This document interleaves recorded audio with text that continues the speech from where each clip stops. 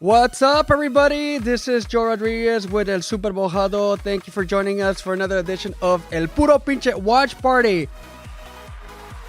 What's up, Joe? Mexico and Canada are underway. Super Mojado and I are going to be watching the game along with you guys. Looks like they're about 2 minutes in right now, so stuff's already happening, Super. Oh, man, it's like el juego empezó calientito. Never mind the weather, man. It started really, really hot. El Chucky Lozano, it's on the ground still. You know, oh, he finally got up. But, you know, he was there for like about 30 seconds on the ground, you know, from a big clash with one of the Canadians. So we want to say what's up to everybody tuning in. Thank you very much for joining us as always. We just want to make sure that you guys continue to tune in, leave your comments. We're extremely excited about pretty much everything that's going on with the game because, Super, don't quote me, but I think this game is really important. Well, U.S. tied against Jamaica today earlier on, so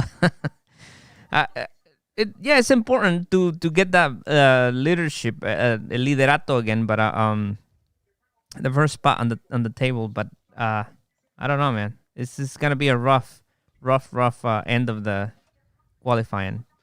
Yeah, it's going to be really tough. Actually, we want to go and take a look at the standings right now. The U.S. already having the advantage because they ended up playing. So as we take a look right here, we see that they are ahead of the pack right now with 15 points, only one more. Again, that's because they already played against Jamaica. They had a 1-1 draw. And I think that, a lot of people are saying that Jamaica was supposed to win that game. Oh, man. The U.S. The second half. Yeah. Second half could have easily been on the Jamaican team favor, you know? Yeah. So anyway, Mexico right now down by only 1 point. Obviously, this game against Canada is super important. The 0-0 draw doesn't do them any good because it basically just keeps them in the same position. So it would keep them tied with points with the U.S., but also, Canada would just be 1 point behind. We still have to wait to see what the other results were going to be like with Honduras, and Costa Rica, El Salvador, Panama, etc. So, Super, we got to talk a lot. We have to talk a lot about this game, obviously, as it plays on. A lot of people are saying that this Canadian team is actually stronger than Estados Unidos. What do you think about that? Well, they have a great team. I mean, they definitely have one of the best teams in the Canadian history. You know, they have great players. They have Davis that right now that I think is probably the best player in CONCACAF. You know, he plays for Bayern Munich. Bayern Munich, yeah, and dude, he's just a beast. Yeah, a beast is probably an understatement. Alfonso Davis considered by many as the best player in all of CONCACAF, including our own Super Mojado. But Super, obviously, that doesn't make, for any team, right? Yes, it's great to have a superstar. It's great to have the best player, but it doesn't necessarily mean that they are the best team because they obviously have a lot of holes. That being said, in your perspective, who do you think is a stronger team? Do you think Canada's a stronger team or the United States? Oh, man, I like what I've been seeing from Canada. I'm going to have to go with Canada right now. I'm liking what Canada is doing better than the U.S. I mean, the U.S. went to Jamaica and only got that one point, and you would have thought that defeating Mexico would have gave them like that extra boost of confidence and just dominate this area, but it took them like 2 steps backwards. It's like they were looking really good after defeating Mexico.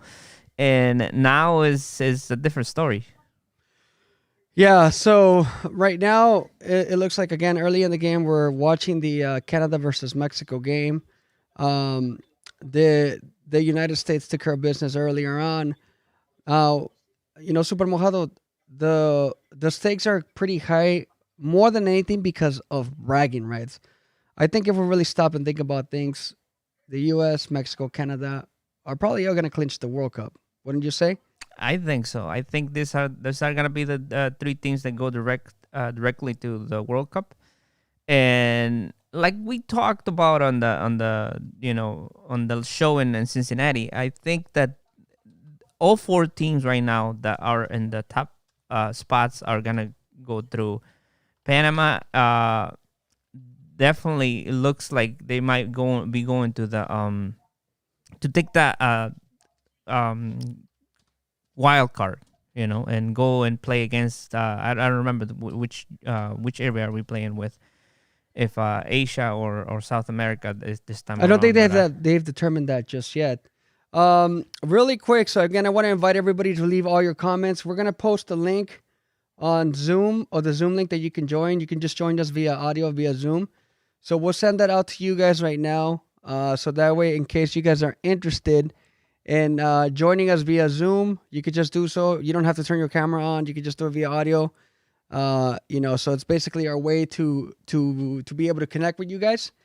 And again, just like give us your thoughts. Give us your thoughts about this game. Give us your thoughts about the last game. We are calling this show specifically the Air Your Grievances. You know what I mean? So air your grievances. Let us know what you think about the national team. Let us know what you think about everything that's going on. So Super, I know that we did our pre-watch, not pre-game show, but our preview. Our preview, exactly, to the U.S. versus Mexico. We haven't had a chance to talk about what happened. I didn't get a chance to watch the game. I was in school. Is that what's going on? In a way, I'm actually really glad that I didn't get a chance to see the game. But tell me, man, like, what did you think? Did you get a chance to watch it live? Well, yes, it was a tough game, like we called it. We thought that the first half, that's how it was gonna go, and ended up being what everybody was projecting. I was calling a tie because I didn't see Mexico winning that game. I didn't think that there was a little part of me that had the thought that there was a possibility of them losing this game, but I thought that they had more, that they would actually give them more of a fight, and it was literally the last 20 minutes where they just collapsed, and Yeah. I believe You believe that they will win? no, and it's just I pressed the wrong button, by the way. What I really meant to do was do this. Jokes aside. Anyway, continue. no, and just what Max was saying, the speed of these young players that US has just never ended, man. It looked like these guys, they just machines that they never got tired. Yeah. So that's how they defeated them. So just do you with think it was all based on athleticism? That's really what ended up boiling down to? And they kind of like Mexico just folded, in the second half. We didn't see the same Mexico that we saw in the first half. That they had a few options, not very clear options, but they had some options, And in the second half, I didn't see anything. Tata Martino didn't make any substitutions until like very late into the game, and he just, I don't know if he just didn't have that, like the thoughts in his head at that time, but he lost that game, in my opinion.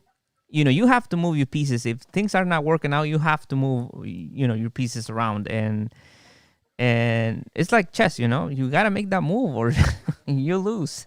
Right, absolutely. But what did you think of all the Fuera Tata hashtags that were trending? It's very logical. It's very logic that. But is it fair? It's logical, but is it fair? It's not about being fair. I think that the fans are not happy with the way the Mexico has been playing, including myself. We have been getting. We have the points, but we've been getting barely getting them, and perhaps sometimes it wasn't even. It was luck or And against the Hondurans game, they went a man. Honduras lost a man in the second half, for the whole second half. So they got those 3 points, but it was looking very close Right. before that happened. We're gonna take a look at another graphic, and we want to give a big sub to our producer director, Jason Swartz, and this is a graphic that's pretty much gonna showcase a lot of Tata Martino's career with the Mexican national team. So as you take a look at it here, you see that he's compiled a 33-5-6 record, including all the friendlies. Obviously won the Gold Cup in 2019. Was the runner-up for the Nations League this past summer, also for the Gold Cup as well. However, the sting is against the games versus the U.S. At the end of the day, there's a lot of people that say, you know what, you can do this, you can do that, but if you lose against the U.S., it's over. And you know that the people just despise that and they hate that. So again, looking at this, it kind of sucks, man. Well, that was another issue why the fans were so upset too, because after in the press conference, Tata Martino came out and said, "Listen, to me, this is just another game.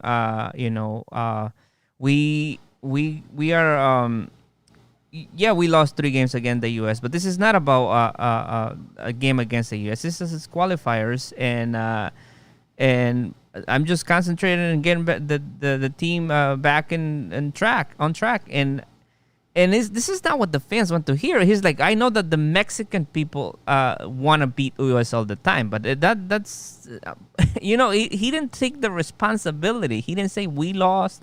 I know we want to win. No, he was like putting it. Oh yeah, you guys are not. I know guys are not happy. I know that you guys always want to win. He should have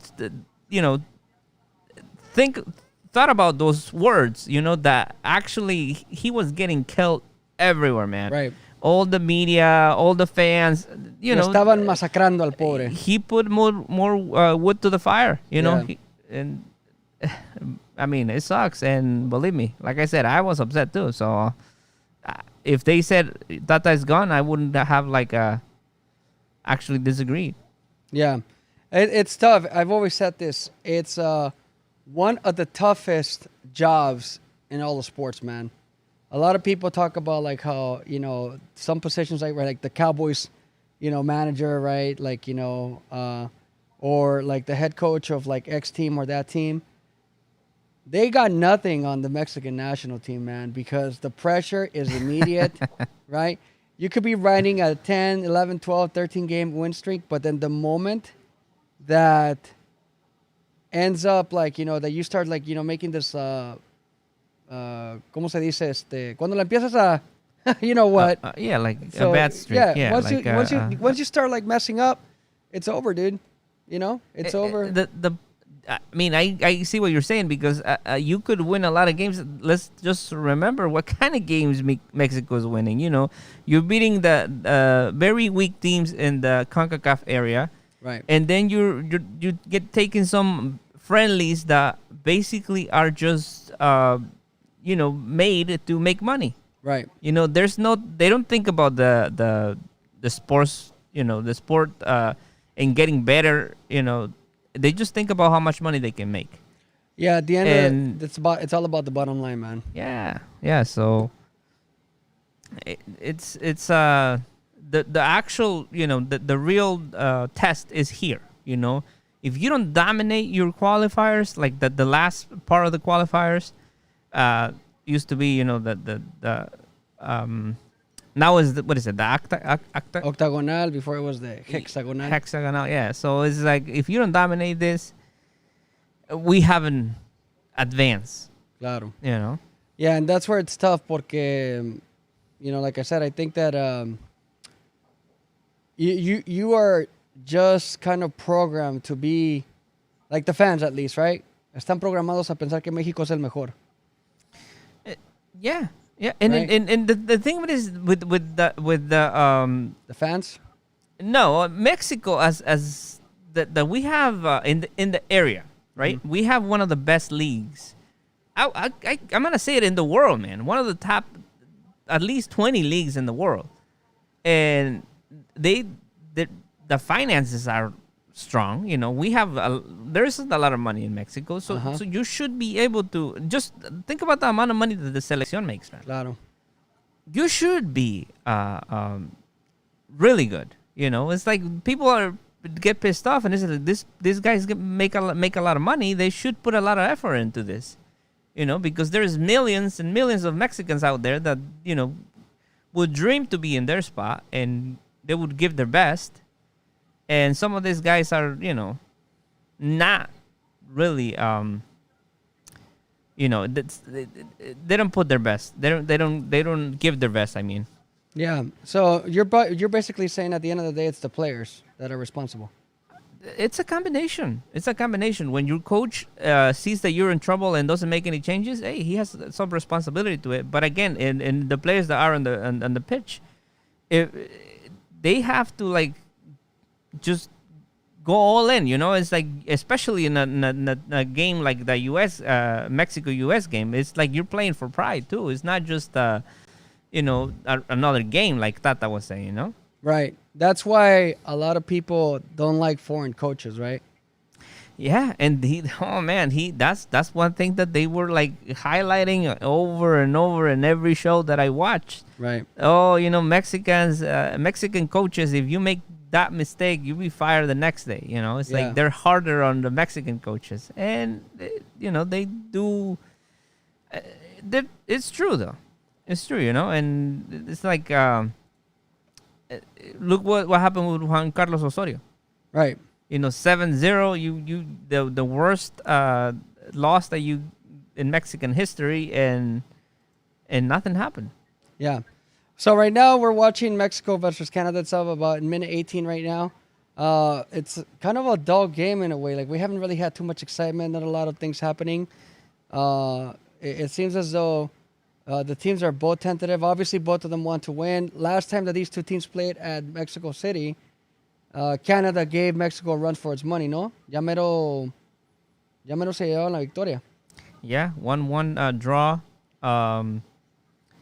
That exposed a player like Guardado, that he is not up to play for a full game anymore. Not at this level of play.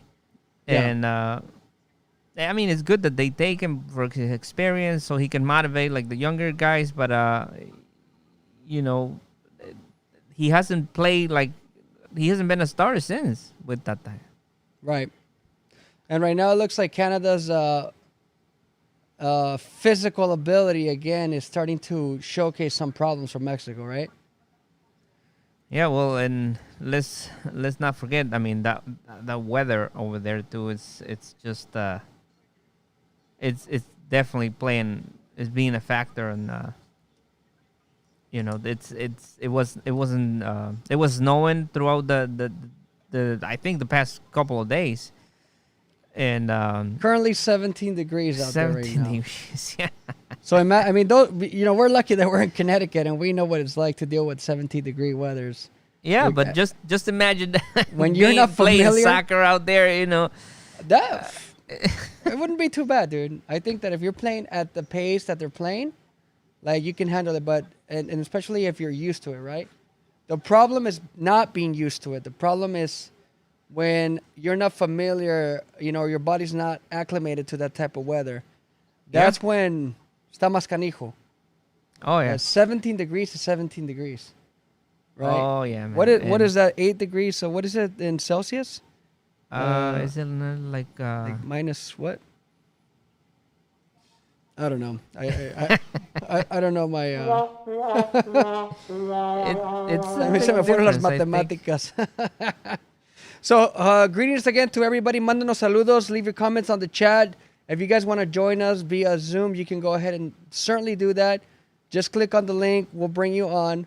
All right, so it's Super Mojado. Joe Rodriguez right here, watching Mexico versus Canada. Canada-Mexico. They're playing up north in Alberta, Edmonton. In Canada, the game is 0-0 right now. Just a little bit over 20 minutes into the game. And our super producer here, Jason, is telling us in Celsius, menos 8, super. Yeah. Así es que para toda la raza allá de México que no sabe 17 grados Fahrenheit, están a menos 8. So minus 8 degrees Celsius. Guys, that is crazy, man. That's crazy. So, 8 degrees Celsius. Guys, that is crazy. So, 8 degrees Celsius. Guys, that is crazy, man. That's crazy. So, 8 degrees Celsius. Guys, that is crazy. So, 8 degrees Celsius. Guys, that is crazy. So, I don't know what to say. I mean, Well, it's the advantage the the U.S. and Canada have. I mean, Mexico has the altitude and the smoke the smog. But but from the city. but here's the thing about that stuff now, dude. Like, if you really stop and think about it, at the end of the day, a lot of that stuff doesn't even matter anymore because a lot of the players don't even play in Mexico City. So that stuff about El Azteca pesando and this and No, that, and it dude, shows. And it yesterday's shows. news, dude. Yeah, it definitely shows that Yesterday's it's not the news. same anymore. Yep. But yeah, and then the same thing for some of these players that and Mexican guys that play in some of the In Europe. countries, yeah, in Europe that are Or in MLS, yeah. you know? Well, not necessarily because MLS ends their season. They don't play in like No, but what I'm getting at is that those players play at sea level for the most part. no. And if they play, like, for example, like, in places that are of high elevation, like Colorado or Salt Lake or what have you, like the smog, right? It's also not a factor. But, you take a look at somebody like Orbelín Pineda, right? That plays in Mexico City. Those are the guys that have the advantage. Those are the guys that, like, understand and know what it's like to play in the altitude, right? In Mexico City, in the smog. But, another thing that we have to consider and talk to people about is that it's not like back in the day, Super. Like, back in the days, they used to play these games also at noon. Remember that? yeah the The heat. the heat. The heat was also a big factor. And that's kind of like gone out the window, man. The heat is no longer a factor. There's a lot of things that the home field advantage, dude, because even the fans, right? The fans don't even intimidate you anymore. So people Well, go in there. There's some places where Not in Mexico, though, because the stadium is so big. The security is, like, pretty on their point, right? My point is that, like, El Azteca no pesa como antes. El Azteca ya no pesa, like, like para nada to like what it used to back in the day. no, not anymore, man. Not anymore. It's a different times for sure. So anyway, so right now, this actually, okay, let's ask the question here. So, ¿cuál estadio o cuál localidad tiene más peso right now? Which one it's more important to which team? Canada right now playing in the cold and playing like this, is that a bigger advantage to them, or Mexico playing in Mexico City? Well, definitely we've seen, like I said, we've seen that Mexico has lost that that advantage that you don't see Mexico like humiliating teams no more like they used to. And Ya no les meten 13-0. No, or no, like not 15-0, anymore, man. Whatever it used to be, right? and I mean, I think that the cold it's possibly a little worse than going to Mexico City now So nowadays. entonces, ¿quién tiene la ventaja? I think Canada has a little advantage. Let's see how this guys hold up on in the second half. Because 70 degrees, man, that's cold, man. Yeah, that's really cold. I haven't seen too many shots of the fans either, so I don't know how many fans are out there too. It looks pretty full. But then el zacate está congelado too, right? Like the grass is frozen. Oh yeah. Pretty much. Yeah. So, but the other thing too is that a lot of these players that play in Europe, right? They understand what it's like to play in the cold as well. Some of them. So Some of them. Yeah. So they understand that, they get it, but it's the other players that play in the like really warm environments that are probably like just like breaking their bones right now or ready to they're ready to go back in the locker. Let's do you want to talk really quick about the lineups that they have right now, and then also let's talk about like who are the players that you would have changed. So today They ended up bringing on in the defensive side Johan Vasquez. Then they have El Cata Dominguez. Araujo came back after that, following that suspension with the red card. Yeah. Then they have Orbelin, Edson Alvarez, Hector Herrera, and then on the flanks they have Gallardo and Jorge Sanchez, and up top it's Raúl Jiménez and El Chucky Lozano. So they got rid of, not get rid of, but like they didn't bring Tecatito in. Yeah, he didn't have a good game against the U.S., man, and he was sub in the second half, and I don't know. He's just his level of game has just been decreasing. For a not, he's not even a regular in his team anymore. So yeah, I mean, I definitely see why this change was made. What do you think of the lineup overall, though? I think he's being very careful. He is being like you know um When you say he, you mean Tata's being very Tata's careful? being very, yeah. But in what way, or Like, what makes him? I mean, he just packed that midfield, man. It's like and it's almost like a defensive kind of strategy. Like he it's almost like he has two lines of three, like six defenders. Mm-hmm. And just has those wingers, Gallardo and Jorge Sanchez, trying to help. I'm not too happy with it, to be honest with you. I'm not. I don't know if. No te gustan los lineups. I don't know if that's what I'm gone with. So what would you have done differently? ¿A quién hubieras metido? ¿Y a quién sacas? I think. Cordoba would have been a good. Why player isn't he to playing see. Córdoba? He just in this lineup, he doesn't fit in this the way that he proposed. That he came out into this. Córdoba is on the yeah. bench, right? Yeah. So let me see if he. So on the bench they have Luis Romo, Osvaldo Rodríguez, Funes Mori. They have Jesus Angulo, Roberto Alvarado, Rodolfo Cota, and Talavera in the keeper side.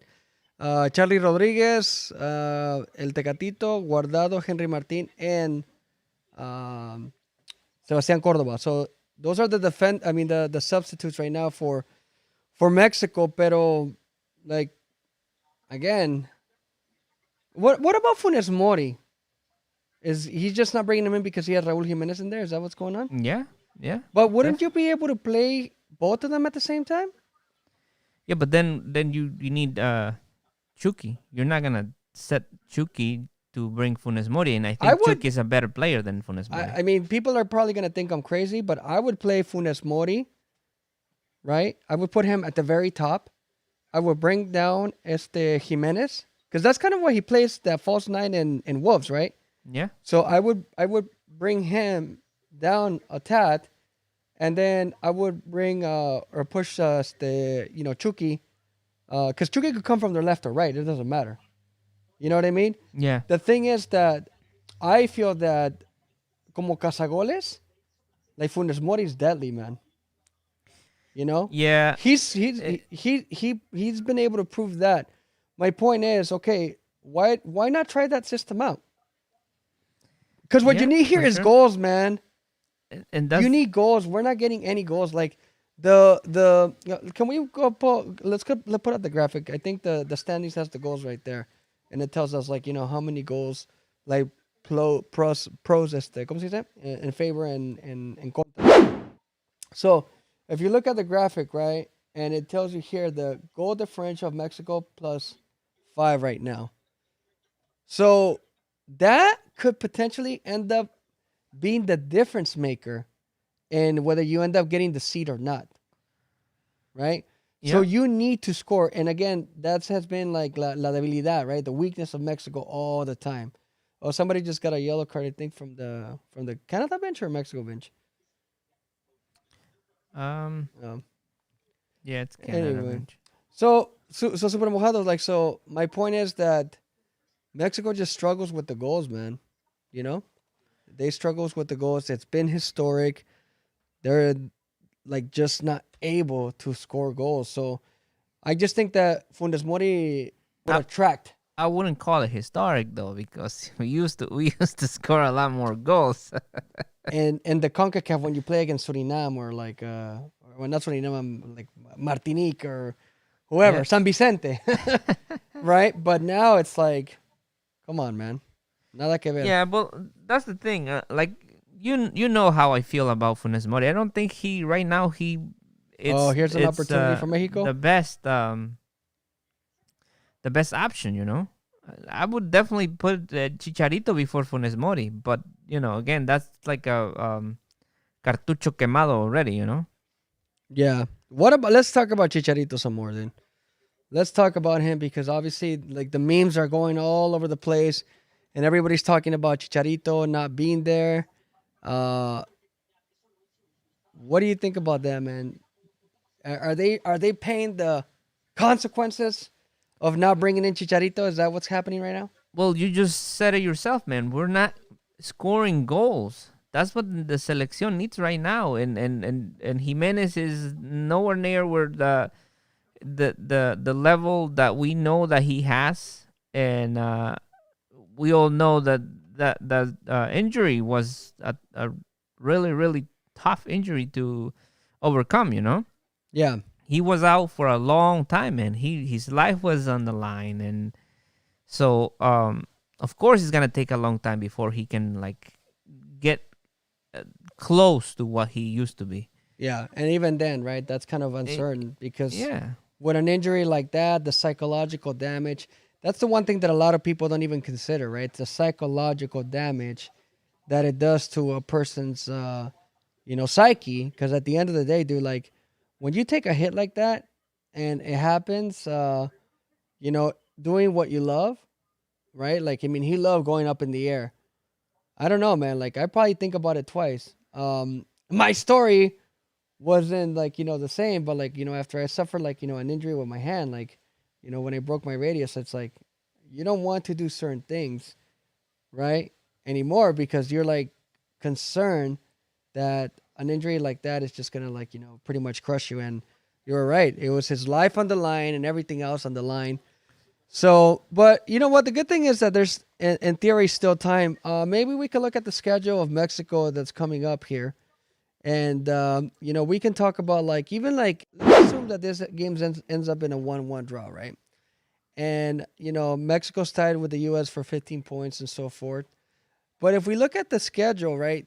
I mean, they have a somewhat favorable schedule in a way, after today because they play against Jamaica. And then the toughest game in theory, or at least on paper, will be against the U.S. in Mexico City, which, by the way, that's going to be on March 24th. We're trying to make it out there, Super Mojado. Make sure that you get your friggin' pasaporte. Get that passport ready. Get that burro ready, so we can make it out there. But yeah, so look at this.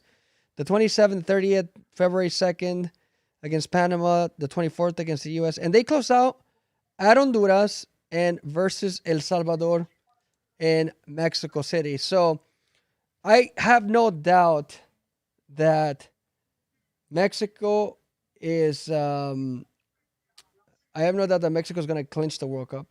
I mean, it would be insane to think otherwise. I mean, like mathematically, I mean, I don't know what they need to do right now to at least to at least advance to the Interconfederation playoffs. I think a win pretty much puts them in that position. I'm not. Oh, here's an opportunity. Oh nope. I'm not 100% sure though, so don't quote me on that. But the point is that you know the fourth. So Jamaica's in fifth place, right? Jamaica's in fifth place, and let's go back to the standings, Jason, so that way I can we can talk about this a little bit further and like dive deeper into it. So Jamaica right now, they are 4 points behind the 11th place. The 11 points. Panama's leading. Oh, okay. So right now, let me change that. It looks like Panama is leading 2-1 versus Costa Rica. So versus El Salvador. My apologies. So they're pushing. They're creating a big separation. The top 4 teams, right? So that means that Panama essentially would be tied with 14 points each with Canada, right? So It's it's it's getting getting tight, man. really really tight, man. It's getting tight at the top. It- At the top, that's my point. So at the top, it's getting really tight. But everybody else, man, they're pretty much like it's tough for them, dude. It's gonna be very tough for Los Catrachos, for El Salvador, Costa Rica, and even Jamaica to get up there. So then that means that if 7 points and 14, dude, that's 7 points. That's 2 wins and a draw to tie to be in that fourth place. But now Costa Rica is still playing, right? They're 1-1, I believe. Yeah, but And- Costa Rica will be at 7 points. But if they win, If they win, that's a different they story. go up to 9 points.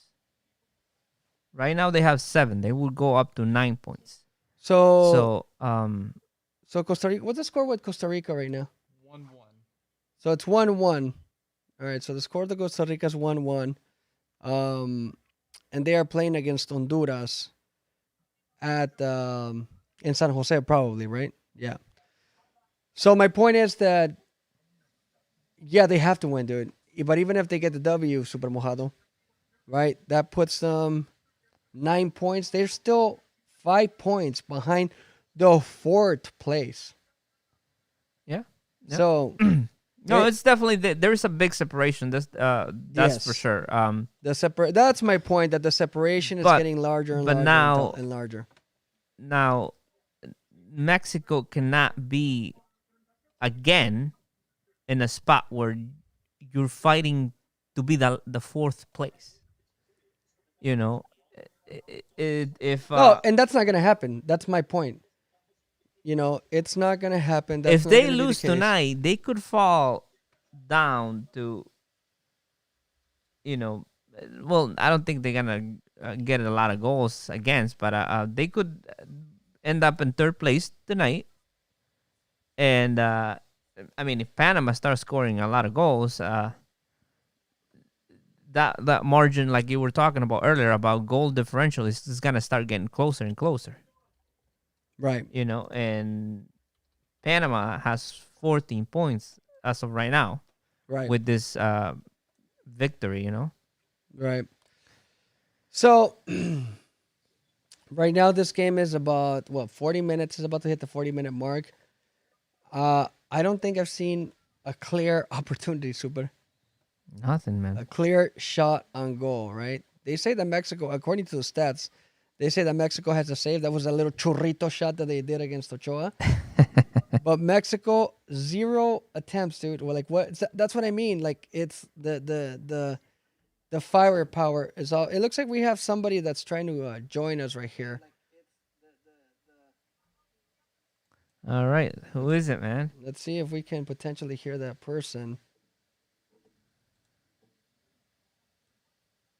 Hey, can you hear us? It says you are Mendez. Mendez, can you hear us?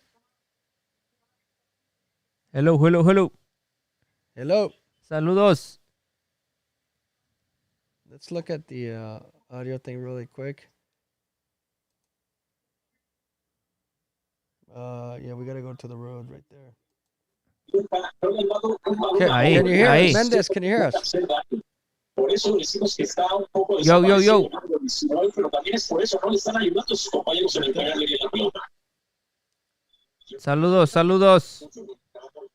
Oh, it looks like Mendez ended up like, All right, he's gone.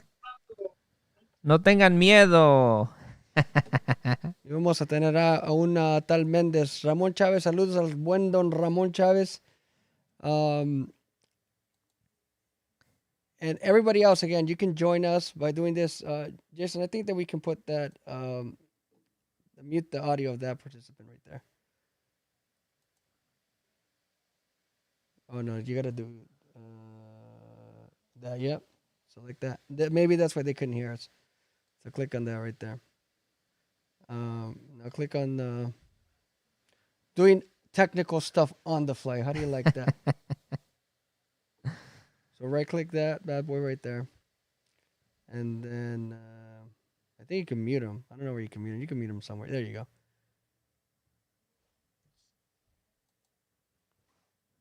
All right. So now if somebody wants to join us, they could join us and they should be able to hear us without a problem. There's a lot of people trying to get the game promoting on our show. They only if we could show the game, right? But like all those channels there, they get shut down. You know, they're not doing content like we're doing. Oh yeah. Forget that, Super Mojado. That's not what we want, right? Hold on.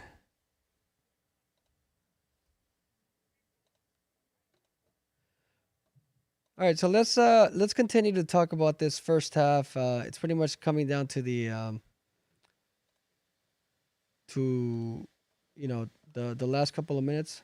Ooh, well, that was a decent shot from Canada, but nothing. What did you make of from what you saw from this half? Like disappointing from my end. That's just one word that I can explain. This first Cold, very cold.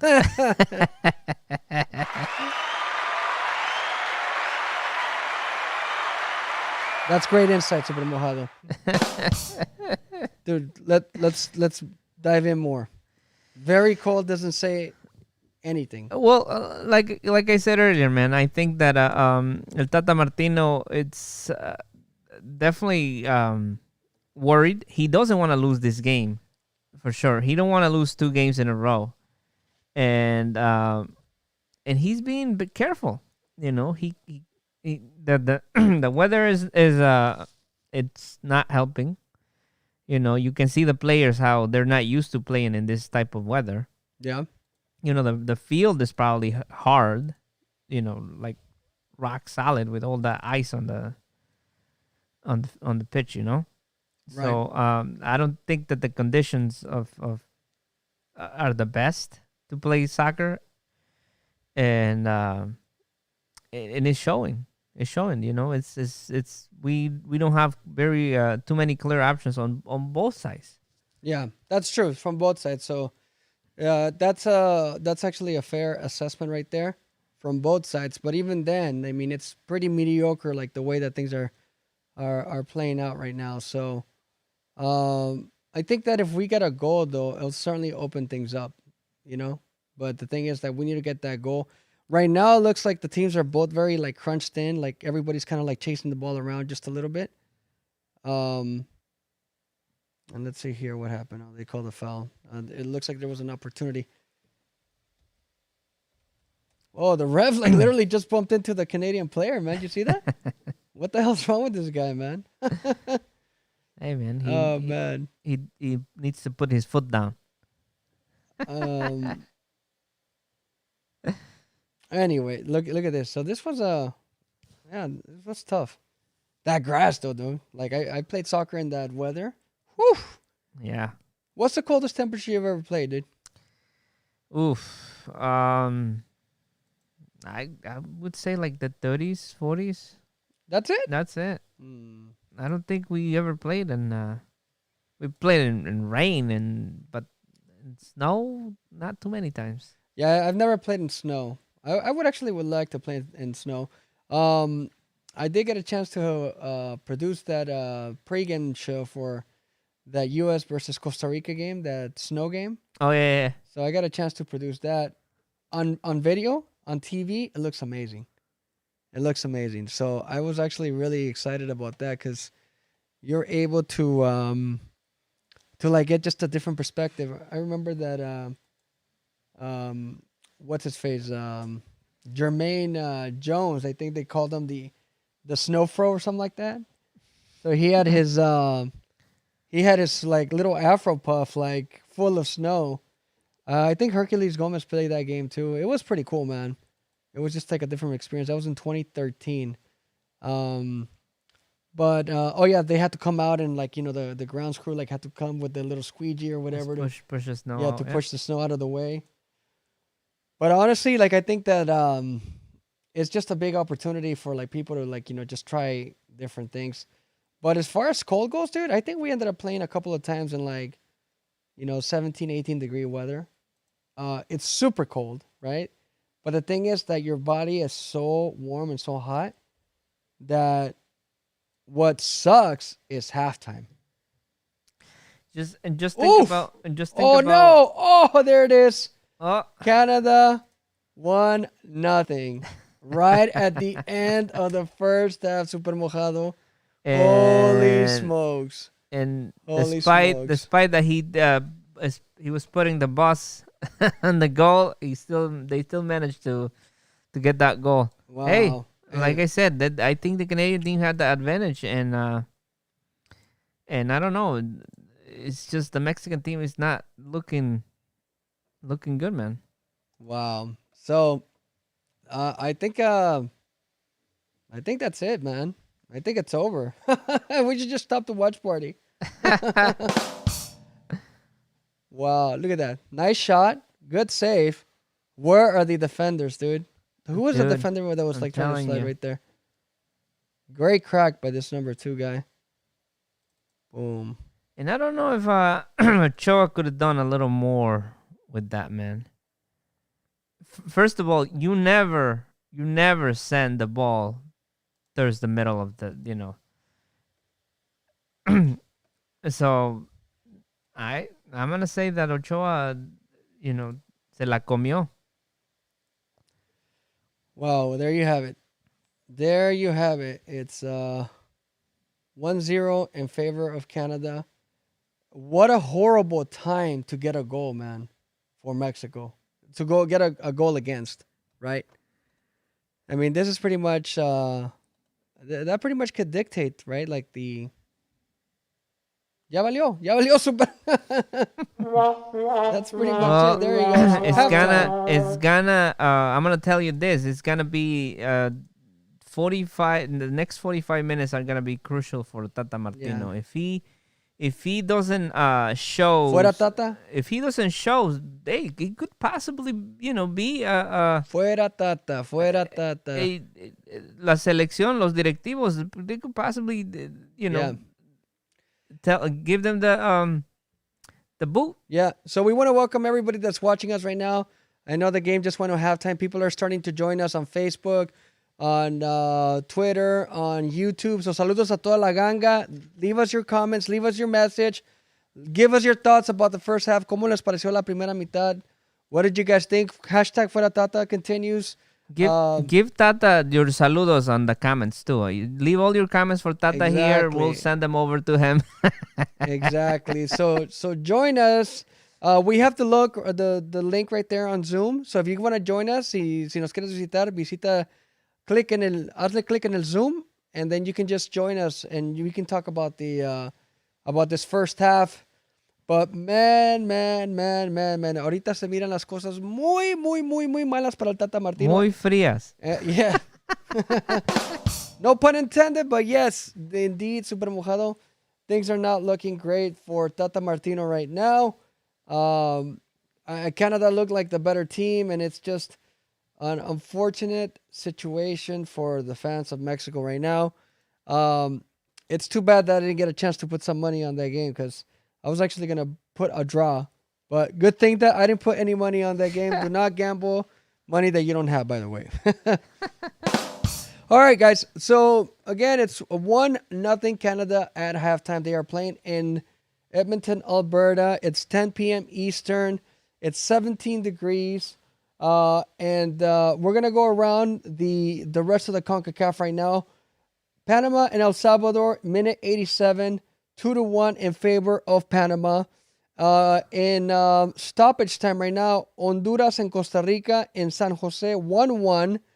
Earlier today, Jamaica and the United States tied at 1-1 out there in Kingston. And right now, as I mentioned earlier at halftime, Canada beating Mexico 1-0. We're going to go ahead and take a look at the standings. These standings are only updated through the U.S. game, by the way.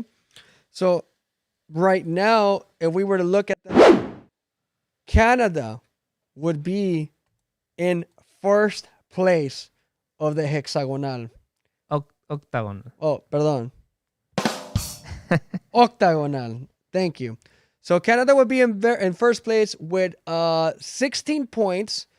Mexico would be stuck at 14. The U.S. with 15. So that's something that we have to just continue to remind everybody. That's why there's so much at stake right now. That means that the U.S., neither the U.S. nor Canada would be the seed, right? Because the first place team becomes the seed of the region, correct? No, they Or get. how do they do that? Yeah, they would get a seed. Yeah. So imagine like Canada being the seed. That would be just incredible. So it's awesome, man. It's awesome. So again, leave us your comments. We're gonna share the link one more time. So if you want to join us on Zoom, and just give us your thoughts, man. Give us your thoughts.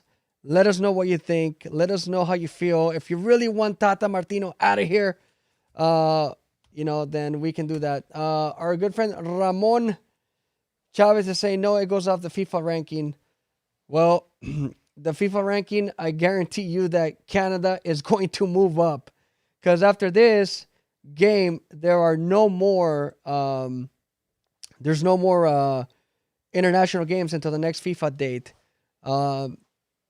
It looks like it's, what is it? 2-1 Costa Rica in stoppage time over Honduras, and the Panama El Salvador are finals. We're gonna get those standings updated right now as soon as we can, but you can actually see them in our little ticker at the bottom portion of things. So wow, Super Mojado, a lot of developments going on. Join us on the link. Give us your comments. We want to hear everything that you have to say about this Mexican side. Why are you pissed off about it? I'm getting angry now just thinking about it, Super. I think that you don't care anymore. What's going on? Come give your personalized message to Tata Martino in the comments, or just comment and tell us. And if you want to send a message to Tata Martino, we're giving you the option right here. Just join the Zoom, and we'll open the mic for you. We want to give a big shout out to the people at Telemundo right now. So we're watching the Telemundo feed. Como le dicen, they're dealing with the cold, right? Like Super Mojado, one thing is playing, right? Yeah. And another thing is being in the cold, just man. Sitting there. Look at Miguel Gurwitz. You could tell that guy's never been into like anything like that. He's just like melting. That's how cold it is. Pero dude, I think that it's just fascinating to think about Canada and how good that team is. I remember we had our preview segment a while back, right? Cuando se formó el octagonal, and a lot of us did not dismiss Canada.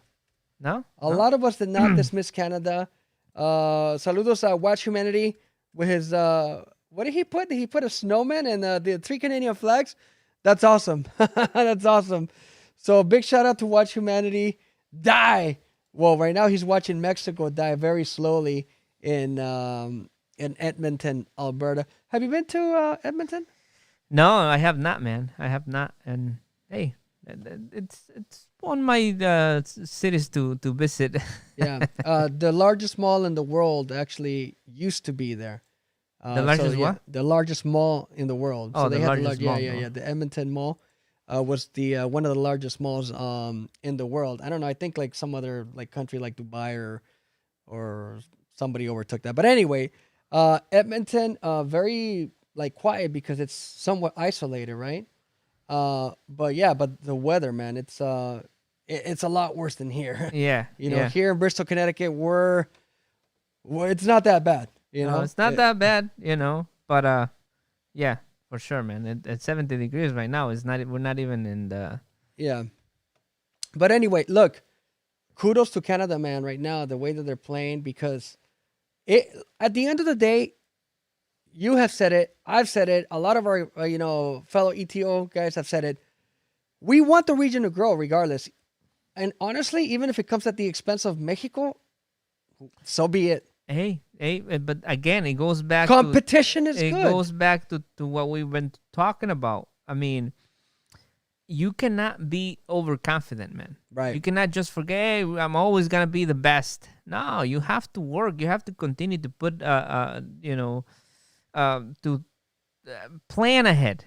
Mexico. I mean, if you look at the lineup right now, I mean, you see a couple of young players, but it's like, how old are they really? The average in La Selección Mexicana it's not a young team. Exactly. And Right now, on the ticker, we're actually showing our updated standings again.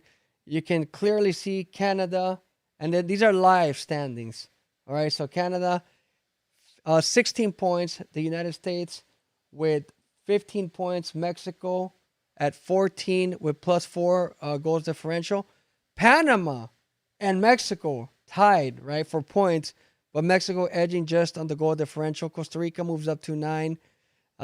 Jamaica with 7. So, dude, it is getting tight. Se está poniendo bien apretadita las cosas. So, I think that there's the stakes are going to be a lot higher. People were saying that for the Mexico versus Canada, I'm sorry, not Mexico, that Mexico-US game in March wasn't going to mean much, but I don't know, man. It could mean a whole lot more come March 22nd, right? Yes. ¿Qué dice Yes. Gabriel?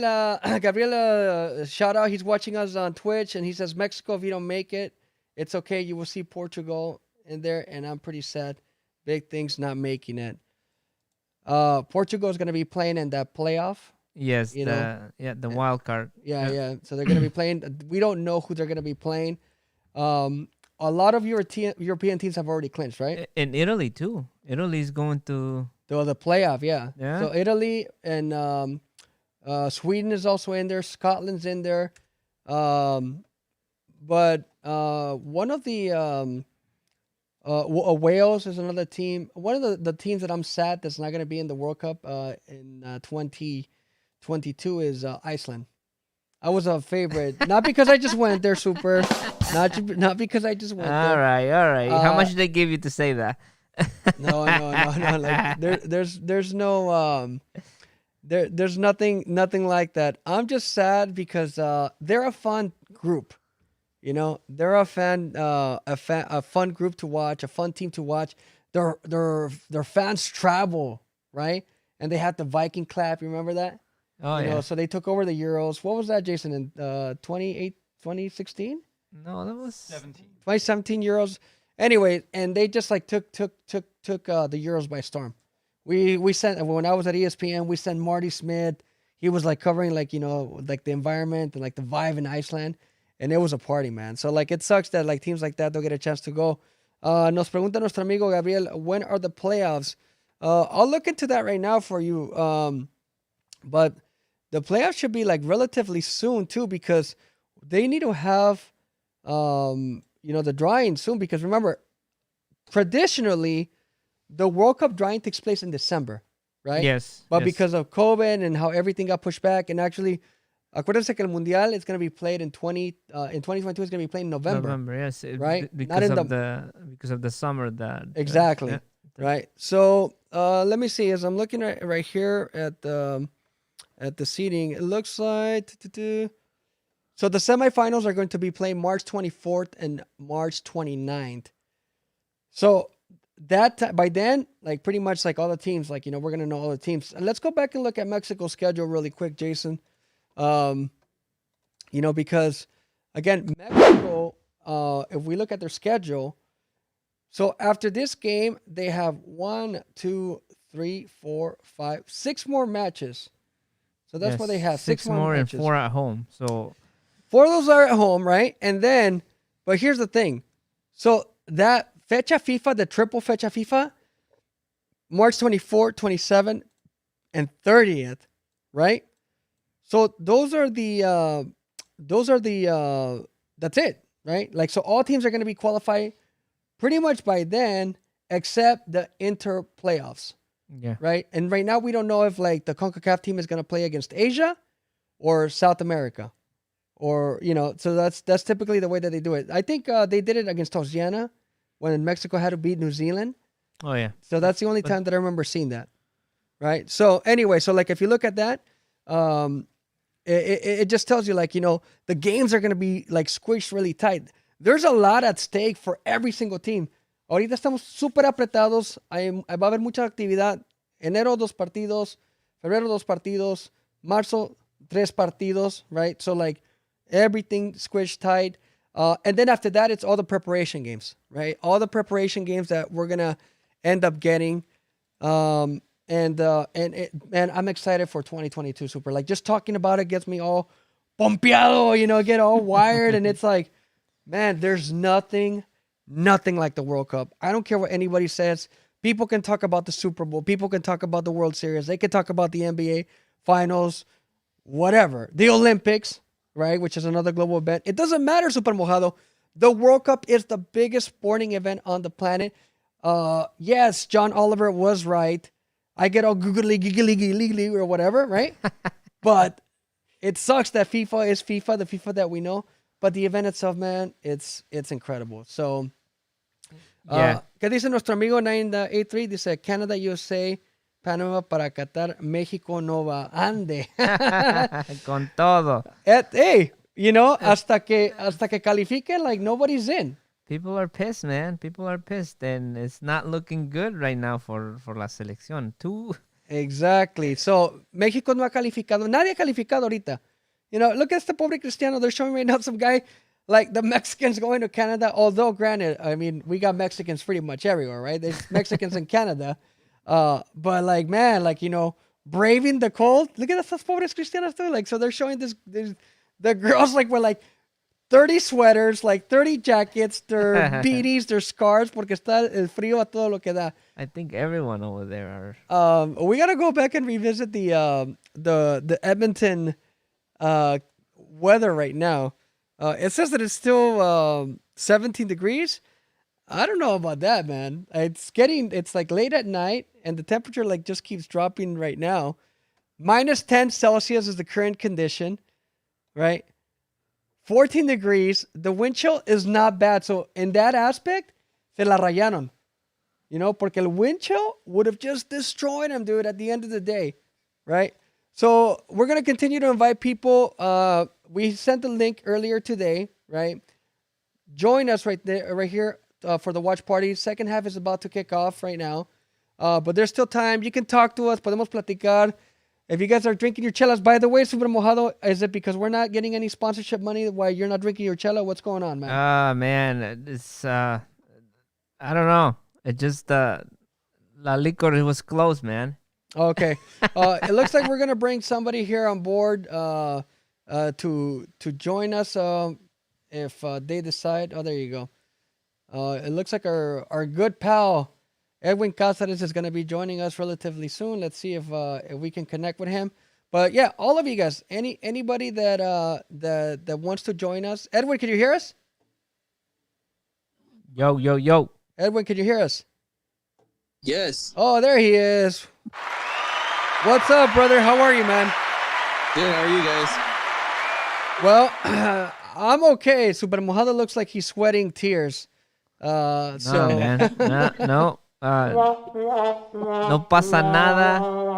If la selección doesn't go to directo, pues no pasa nada. It's not gonna affect me, man. All right. So Edwin, give us your thoughts on the game so far, man. Difficult game, man. I'm not gonna lie. It's Mexico's been struggling a lot to maintain the ball. Position wise, I think Canada has beat them a little bit. I mean, they're more used to playing in this type of weather. The ball's a lot faster than usual. We saw it at the end. A couple of passes from Canada where they could have made a little more trouble for Mexico, but the passes were a little too slow. So that's why. I mean, they were too fast for the players. They were running a little too slow. So that's why the ball was moving a little faster than usual. But struggle, difficult. Edwin, have you actually played in this type of environment in the past, in the temperature? Yes, I played in Chicago in snow a couple of times. Okay, and what is that like? Man. It's difficult. It's difficult. Your body's not. If you're not used to it, your body, it's hard to move. It doesn't react the same way. Especially because I mean, you can only have so much clothing on you to be able to actually perform at a certain level. You can't be playing with a jacket or anything like that. It's difficult, man. You slide tackle and you scrape your legs because the ice is actually it's scratching you. Is not you're not sliding through just like grass. It's like the ice is scratching your legs and stuff. So it's pretty difficult. Not gonna lie. Controlling the ball too is a lot. It's slippery, so it's a lot. The ball moves a lot faster. The bounce of the ball is different, so it's complicated. So, Edwin, what do you think about that goal, man? Do you think Ochoa could have done more, or what do you Yeah, it think? was definitely me. Like, especially that I'm the goalie director for the Juventus Academy here in Texas for the whole program. If I'll be honest with you, it's a mistake. He attacked the ball. He attacked the ball not in the right way. Instead of he left the rebound right in the middle instead of attacking the ball towards the side, and he had a lot of time because the shot came from kind of like outside from maybe 30 yards out, so where he was standing. So I think it was definitely a mistake. Shot could have done a lot more. Edwin, right now it looks like El Piojo Alvarado is going to be coming in as a sub from Mexico. Um, and who are they going to be taking out? They're going to be taking out They took Chucky. out Chucky. They took out Chucky. Yeah. So Wow. Yeah, that what do you think about that substitution, man? it's only logical. I mean, the game is pretty heated. Ended up being a little more heated than usual like a usual game. And Chucky already has a yellow card, so it's only logical. We saw the Canada coach do the same thing, do a sub in the first half where they took out a player that had a yellow card. So you don't want to take any risk. Well, what do they need to do in the second half, man, if they want to actually at least tie? Because Be patient. Be okay. patient and control the ball. There's a lot of I mean, Mexico has messed up in simple passes like a lot. So we just have to be patient, control the ball, move the ball around. We have strikers, we have players that can definitely score and make a change the game. So make so it's just being patient. All right. Well, there you They have took it. out. Go I ahead. think they took out Orbelin too, and El Tecatito Corona went in. Okay, there you go. So those are the two modifications that the Mexican national team made. Edwin, thank you very much for joining us, man. We really appreciate your insight and your knowledge. So go ahead and go back to enjoying the rest of the game. Hopefully, by the time that we talk later, we are going to see La Selección at least earn a tie. Thanks again, brother. Thank you. All right, we'll talk to you soon. All right, guys. Ooh, there you go. That was that looked like an opportunity for Canada right there. So that was Edwin Alvarez joining us. He's our ETO analyst. Joins us, continuously, or very periodically, I should say, on El Mexican Soccer Podcast, which, by the way, returns this Thursday. There's Tecatito Corona, Super Mojado. So we'll see what happens, right? Like he's got an opportunity to redeem himself after the last game. Yeah, for sure. I mean, Tata Martino had to make these moves, and I mean, I don't necessarily agree with taking Chucky out just yet. I would have given him a few more minutes, but we'll see if Alvarado and Tecatito come with the right mentality, and not they don't look too like desperate, desperate, because that's. But you said it that's not yourself gonna help earlier. them. You said it yourself earlier that el Tata Martino ahorita, he has to try things. Yeah. Yeah. So that's just the reality behind that. We want to remind everybody, ahí está el link otra vez in Zoom. So if you guys want to join us, click on the Zoom link so that way you guys can chat. Tell us what you guys are thinking about that. We're still waiting for our good friend Rondamon Chavez to join us. Hopefully he can join us at any point. Give us some insight and his thoughts on the game. Saludos a Jenny Nunez. She says Mexico with a little flag. So Super, I still think it looks very difficult right now for Mexico to get this, even the draw, man, right? But the good thing is that the game is opening up, right? Like, so the game's gonna open up obviously because Mexico is gonna have to like push the lines. They're gonna have to push the lines forward. So now it's just a matter of like trying to figure out like how is Canada going to react to Mexico's at least what we believe forward attack, right? Because it has to happen, right? Definitely.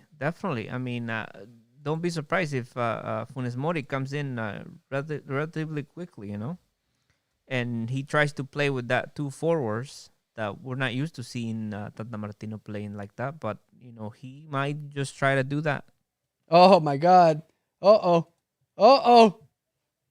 Oh my goodness! My goodness, Super Mojado! Wow! Right now that was and it's the danger still not over. So those of you guys watching on TV, you guys are watching what we're watching. You guys are seeing Canada basically toy around with this Mexican team right now. Like it looks like the defenders from Mexico just made a mistake. Saludos Limoni says Canada looks good. You know what? You are not lying. They look good indeed. They're looking very, very good. And Mexico looks like disorganized. They look like se miran como un poco perdidos ahorita, That was a horrible mistake by the defense, Mexican defense. And that could have ended up really bad, man. 2-0. Like I said, I don't know, man. The defense is like the weakest line for Mexico, and it's been like that for a long time. Right. Right. So it's really tough. Well, dice Limoni, so Canada looks good, but my heart is with Mexico. My heart's with Mexico too, but you're not lying by telling us that the Canada looks good. They look amazing. Look, I tell you this much, Super Mojado, and I'm gonna actually say this right here in public. If Canada makes the World Cup, right, I'm gonna be rooting for them 100% of the way. 100% of the Mexico. way. No, I'm gonna be obviously rooting for Mexico, canijo. But I'm gonna be rooting for Canada a lot more than I would for the U.S. But also I would root for the U.S. too. Like I'm not like the No seas malinche, I'm not like the no seas hardcore. malinche. You live here. It doesn't matter though. Like I like the Canadian team better. There's a lot of guys in the U.S. men's national team that just I can't stand. Right? That's why I would never ever root. Oh, come on, man. Wow. Pulisic loves you, man. Wow, that's it, dude. Oh. 2-0 2.0. Holy smokes. Oh, shoot. Holy Look at them. They're smokes. playing in the snow and all, huh? Wow. Everybody was talking about how Mexico could potentially lose both of these games. And that's it. That's it, dude. Because, dude, we told you, Mexico is not playing good. They got those results not because of them playing really well. It's because the other teams just suck. Yeah. And it's like they were not convincing. They in El Azteca, they're not strong anymore. It's like you go to those other countries and yet you get some points on the road, but again, you got them with teams that are not at the same level as you. Now, look at this. They come to Wide US, open, they dude. come to Canada, and a big, like, like, they get hit with reality, Clarito. All right, so we're going to actually put the standings right here. The goal differential, look at that closely. All right, so that's a +3 for Mexico, +2 for Panama. This is going to be very, very, very costly, man. Very, very, very costly at the end of the day. If Canada scores one more goal, they go into fourth place, because I believe that Panama has 11 goals. Yeah. Mexico has 10. Right. So, like I said, good for them, man. Canada deserves this result. Los mexicanos ahorita se están durmiendo. Limón is saying 1986 the only time that Canada qualified for the World Cup. Yeah, I mean, they've been unlucky, that they haven't had a chance. So we're going to go ahead and bring in Ramon Chavez because I know he's been waiting for us right now. Ramon, can you hear us, man? Yeah, I can hear you guys. How you doing, Hey, brother? Ramon, you sound a little como que la voz se te corta, mi chavo. What's going on? No, man. No, pues aquí viendo el partido, watching them, collapse. Yeah, I'm lost for words, man. I can't even talk about what's going on, but se repite lo que pasó el viernes, so it's really sad to see, man. And I don't know. I think it just falls on Tata, honestly. I don't. He switched the formation from 5-3-2 to his 4-3-3 or 5-3-3. I mean, and it just means that he wasn't prepared for the game, and he kind of gave up on his own tactics. So he doesn't know what's going on. Right. He doesn't know the players. Doesn't know anything. So I think it's time to go. Damn. Shots there fired. You go.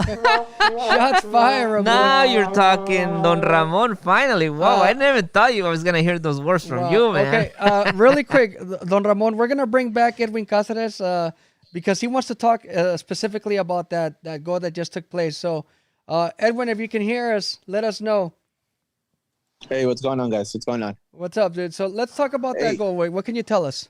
Hey, talk about the second goal, man. Honestly, another mistake by Ochoa. The ball goes into the small box. We all know Ochoa is not a player that likes to come out of his post. Doesn't come out from his line out. It's another mistake, should have been there. But then another pointer. I've been saying this for a long time.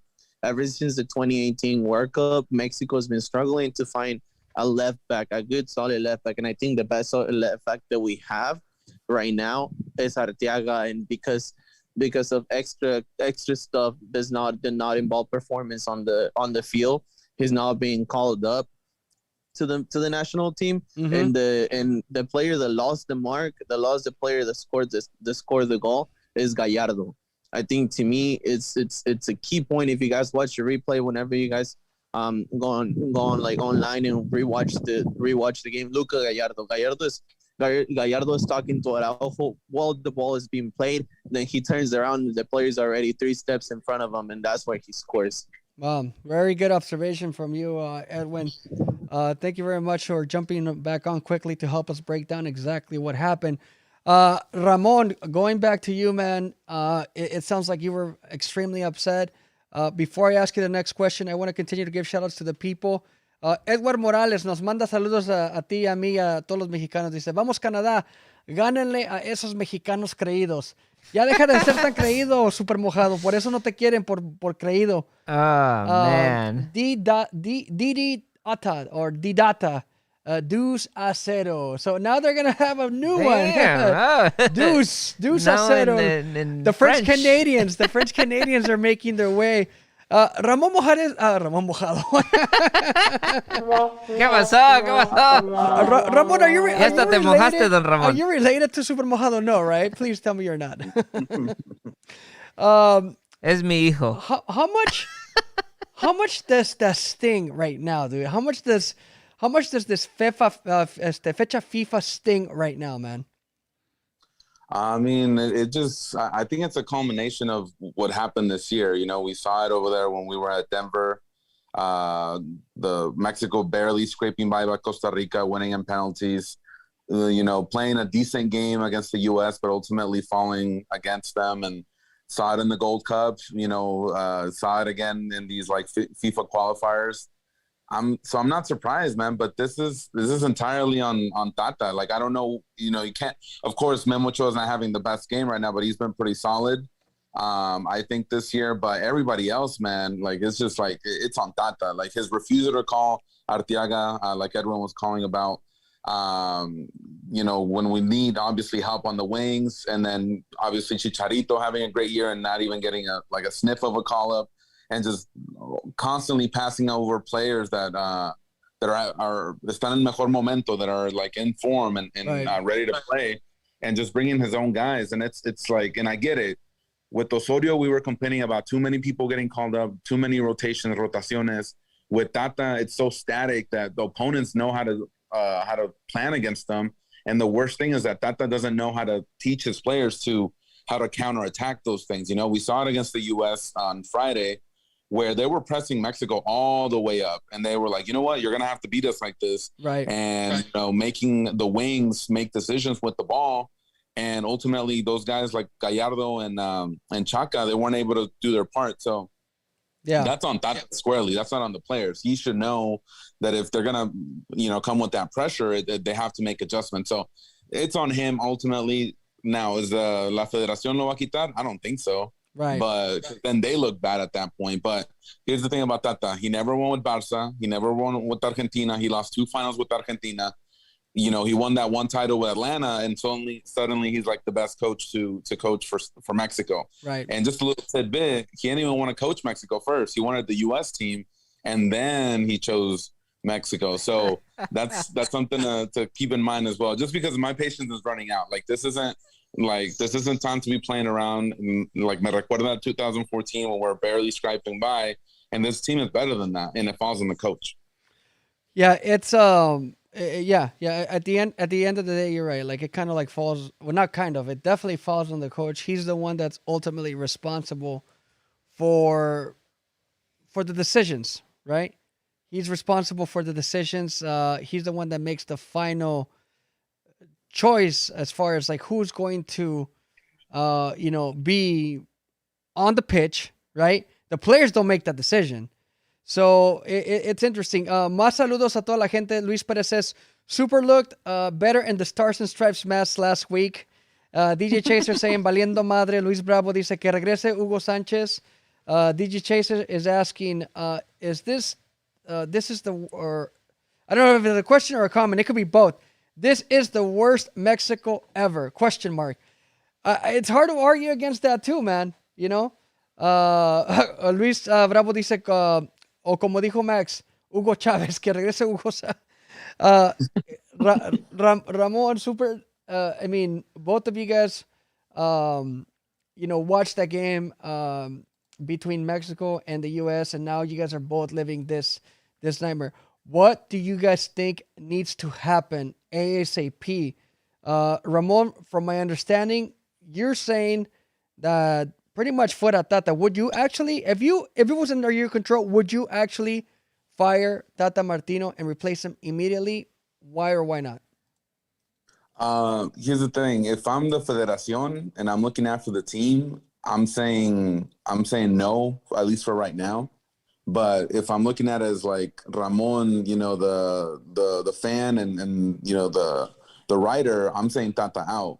We have Mexico has a game December So what's the 8th, difference though? I don't understand that. Why? Because if you're part of the Federación, the Mexican, the higher ups, you hired this guy. You hired this guy to take you all the way to the World Cup and to make some noise. Now you're struggling against the U.S. You're struggling against Canada, teams that historically you've been really good at against. But if one thing that I do want to highlight is that these teams are really young. Mexico, their average age is 29, I think. When they played the U.S., their age was 23. So they just don't want to look bad against, and saying, you know what, let's switch this guy. He's not giving us the results. I think Mexico's, they should have done this 4 years ago, that generational change where we start bringing up the kids and all that stuff. But that's besides the point. But if I'm them, I'm not going to do it because I don't want to look bad. We're still in World Cup qualification spot. It's not like we're in 5th or 6th. Then obviously at that point you have to make a change. But if they don't do well against Jamaica in the next, 2 games, that's when it becomes a real issue. But yeah. We were just watching Tata's, graphic, basically showing how he's performed with Mexico, and Super Mojado. Same question to you. What do you do if you're in power? Hey man, it would be just listen to the hashtag. Fuera Tata. That's it. I had enough. You know. Listen to Twitter. So he has lost key games. He won that Gold Cup. But again, you can't The Gold Cup. can't put he got one, and then he lost the other one. He lost the Nations Leagues. He lost to Argentina, like, bad. It's just, it gives me more. There's more negatives than positives, man. Yeah. It's like he hasn't, ever since this qualifier start, he hasn't shown any improvement. They barely win the games. They tie at home. Now you go to the Canada and US, you lose both games. It's like a snowball right now, you know, and I don't see him. He's a disaster. The message that he's sending his players is like, I have no clue what I'm doing. And he doesn't know his players. He doesn't know his players. He doesn't know what system they're better with, and you're seeing it on the pitch and the results. Yeah, it's really difficult as a fan of the Mexico national team to see this type of performance. Canada doesn't look like a better team. They look like a dominant team. They look like a far superior team than Mexico. They're being outplayed. They're being outclassed, right? So it's pretty embarrassing if you really stop and think about it.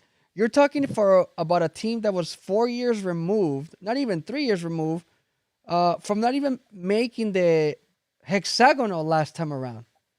Remember, Canada wasn't even in the hex 4 years ago, guys. So what does that tell you? It's just simply embarrassing. No, Mexico's falling behind. They're scraping by with whatever talent they have, and that's what I mean.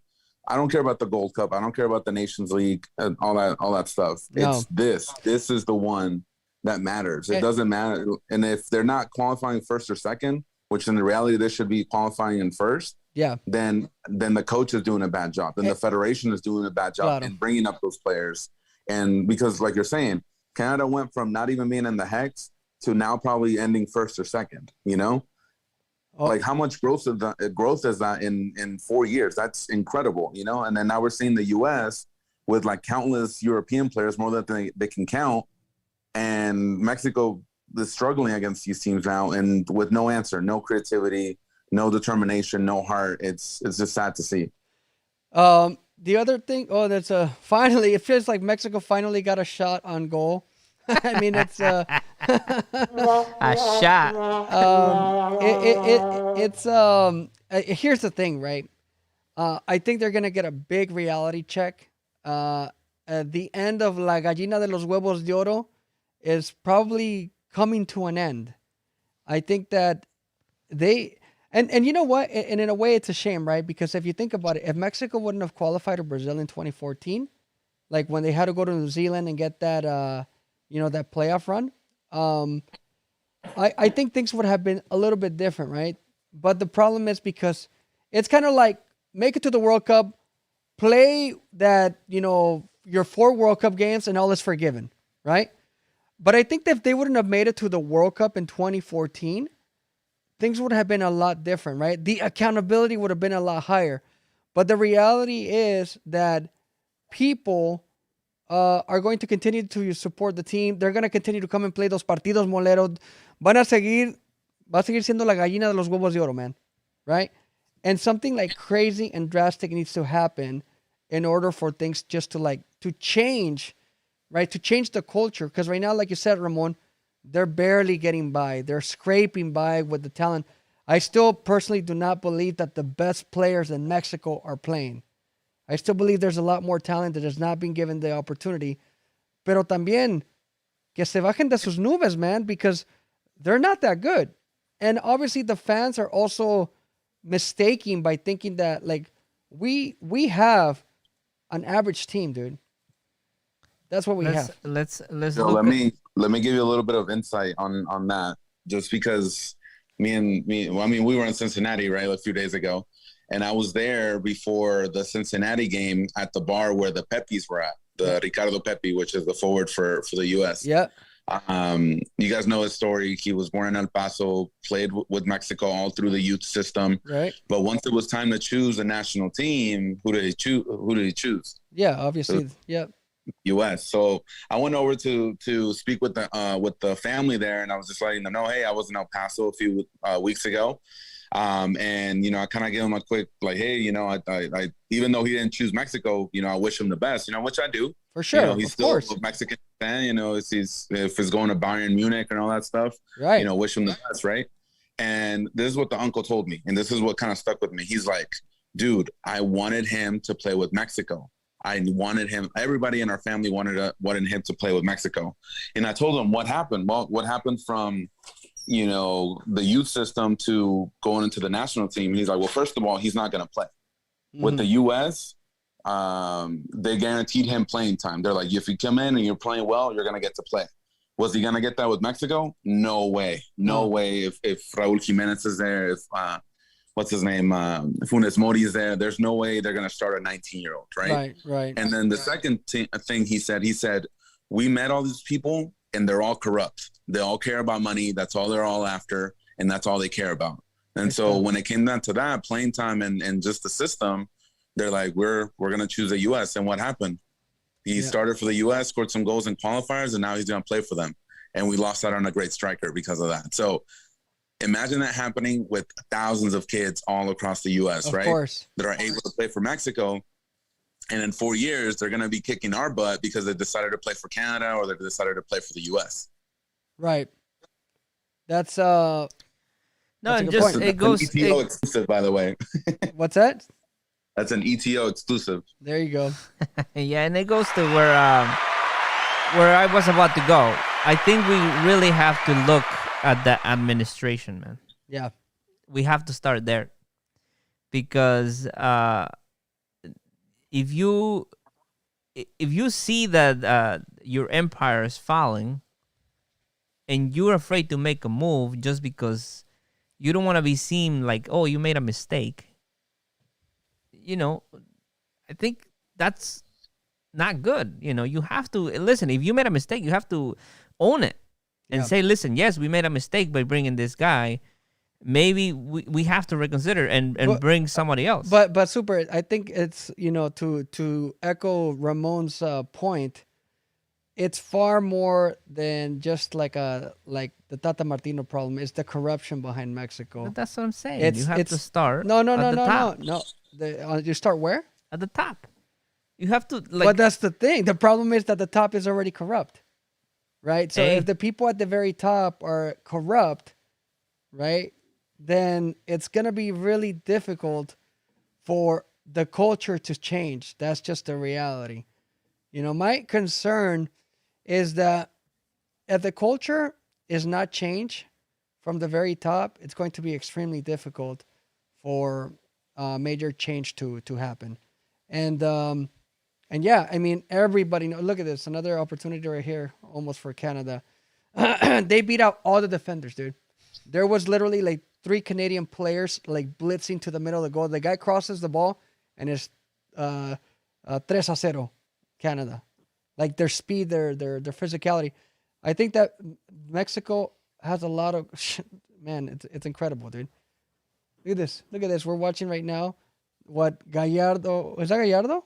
Yeah, what Gallardo had to do like to keep up with with the players, man. It's just like the physical ability, man, is next level.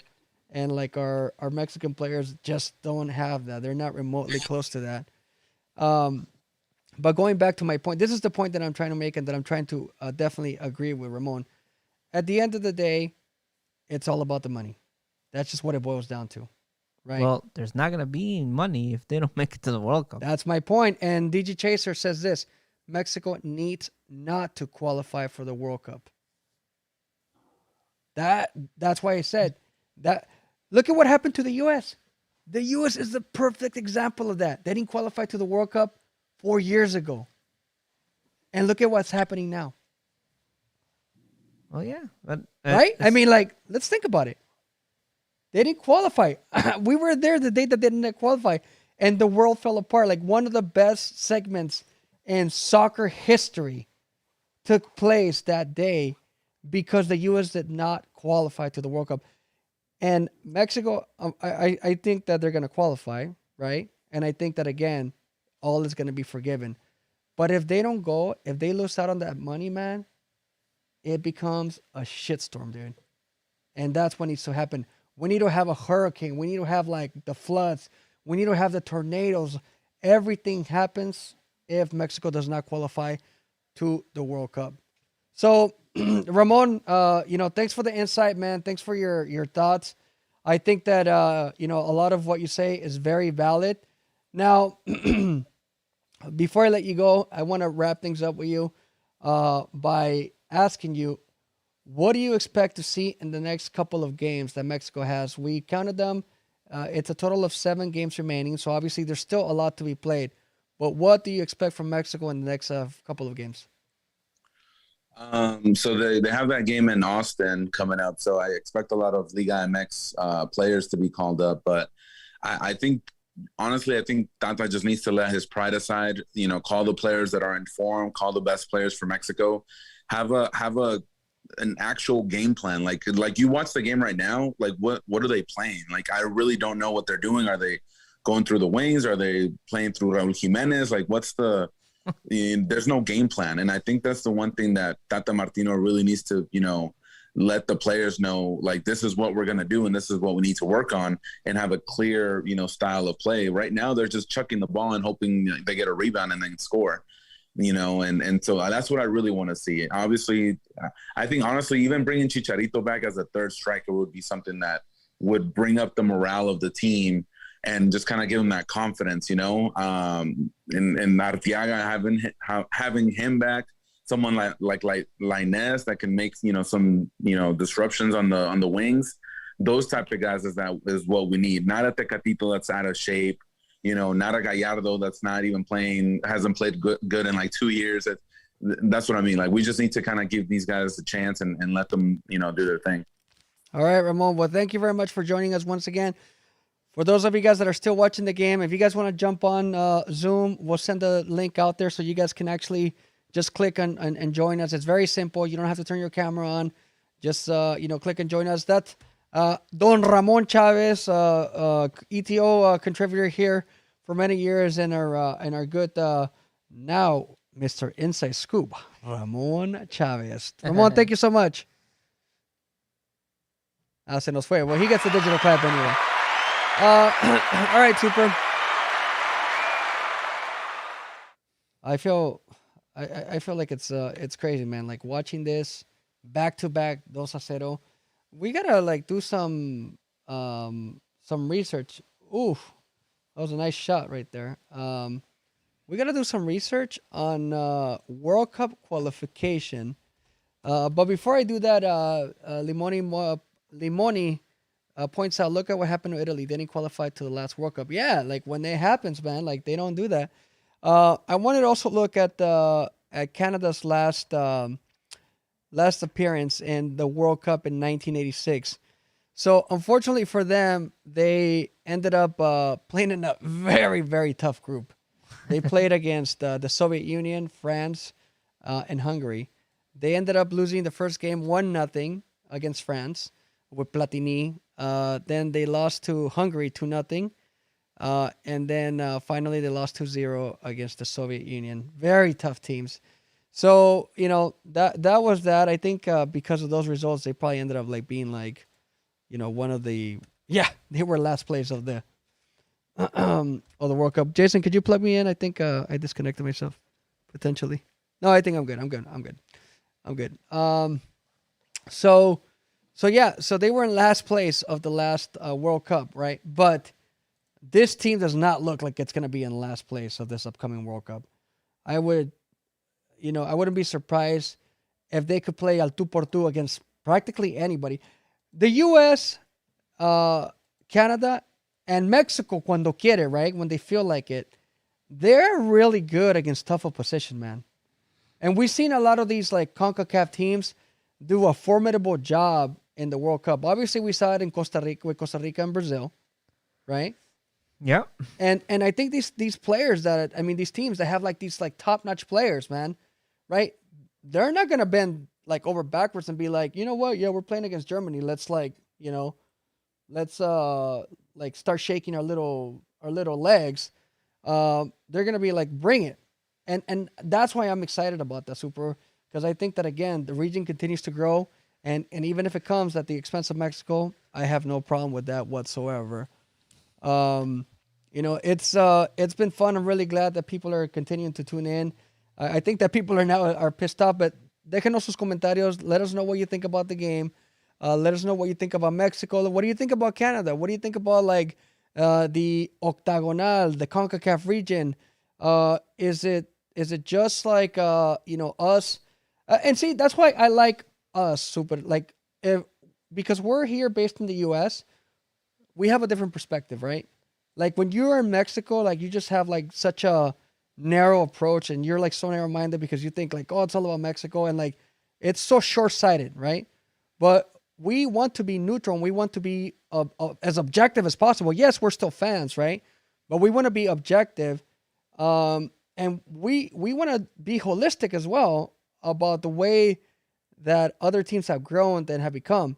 Limoni saying things have changed in Canadian soccer. Absolutely, and it's evident and it's clear, right? So I mean, it's exciting to see these type of changes for the sake of growth. Yeah, and just look at how they have players now that are playing in top teams, man. Davis, where is Davis playing? You know, where is like the rumors of Pulisic now that going to Barcelona?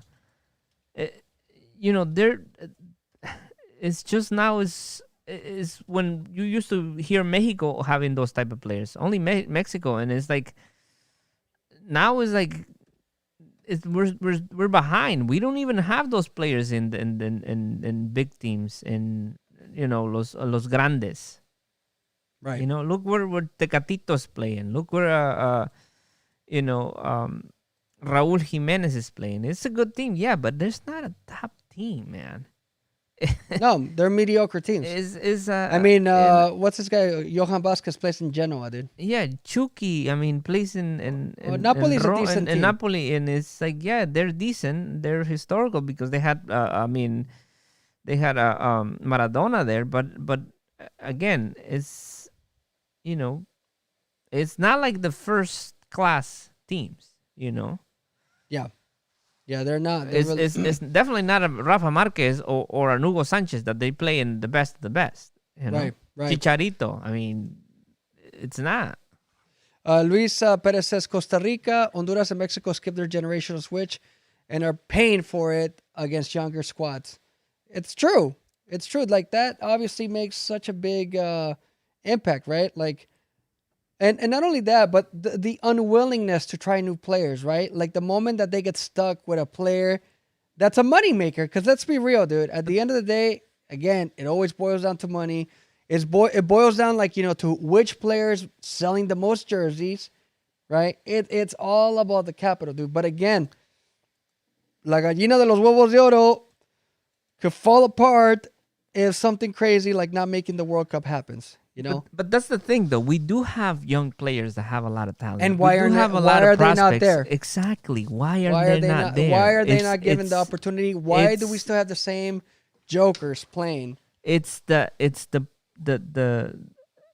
project. They're not actually doing what the team like Canada or US are doing. They're focusing. And it's evident and it's clear. And look at the today. I mean, earlier Mexico won this. This under 20 thing. Yes, it's like the Promesas or something like that. Whatever. A tournament, dude. Right. But they won that. Yeah. There's a kid there that From plays Arsenal. in Arsenal. Yeah, Right. Flores. Marcelo Flores. Yeah. So there is players. And you know out that there. he can play for Canada, right? He can play for Canada. He can play for England as well. Right. Exactly. So it's like you have to, look and try different things. Okay, but right now, for example, right? So let's think about Mexico. Mexico ended up like getting the allegiance of the two Galaxy players, right? Efrain Alvarez and Araujo. Like, why aren't these guys playing against these guys, right? Yeah. Like, why aren't they even being like, like they're being quote unquote considered, but they're not getting the opportunities because we're stuck with the same jokers. You know what I mean? Exactly. So that's tough, man. That makes it very difficult. And again, el compadrismo and everything else that we continue to talk about. And we're going to be talking about that pretty much forever until like something else happens, man. What can I tell you? You know, we're looking at the updated standings again. And again, the Mexican national team with 14 points. Is that right, Jason? 14 points. Yes. The same right as now, yeah. as Panama. Goal differential of 1. That's it. Super Yeah. Mojado. 1 goal. Now it's the difference between 1 goal. Okay, let's look at the schedule again for Mexico, okay? Because now we have to watch that very, very, very close. Okay, so because if you're in Mexico, right, and you are in 3rd place, now you have to be cautious about where you're going to make up points, right? Yes, it was tough because they ended up getting the whatchamacallit, like the back-to-back games, right? But the next game is also on the road in Kingston. Jamaica ended up like tying against the U.S. It's a tough game anytime in CONCACAF. You play on the road, it's tough. But then after that, they have 3 consecutive home games against Costa Rica. Then they do Panama. Panama, and then the U.S. Which, again, they're not easy games, dude. Even if they're at home, because El Azteca no pesa the way that it used to. And then against Honduras and San Pedro Sula, which is another tough place to play. And they close out against El Salvador. It's crazy, man. It's crazy, and it's going to be tough. And I think that at the end of the day, Mexico, when it's all said and done, Mexico will clinch the World Cup. But it's not going to be easy. We're going to be sweating a lot of things. Dice Luis Perez, the corruption in Mexico and Mexican soccer players is a huge part. Mexican players are too expensive because everyone needs to get their cut. MLS transfers are so much simpler. European teams are going there instead. So it's very true.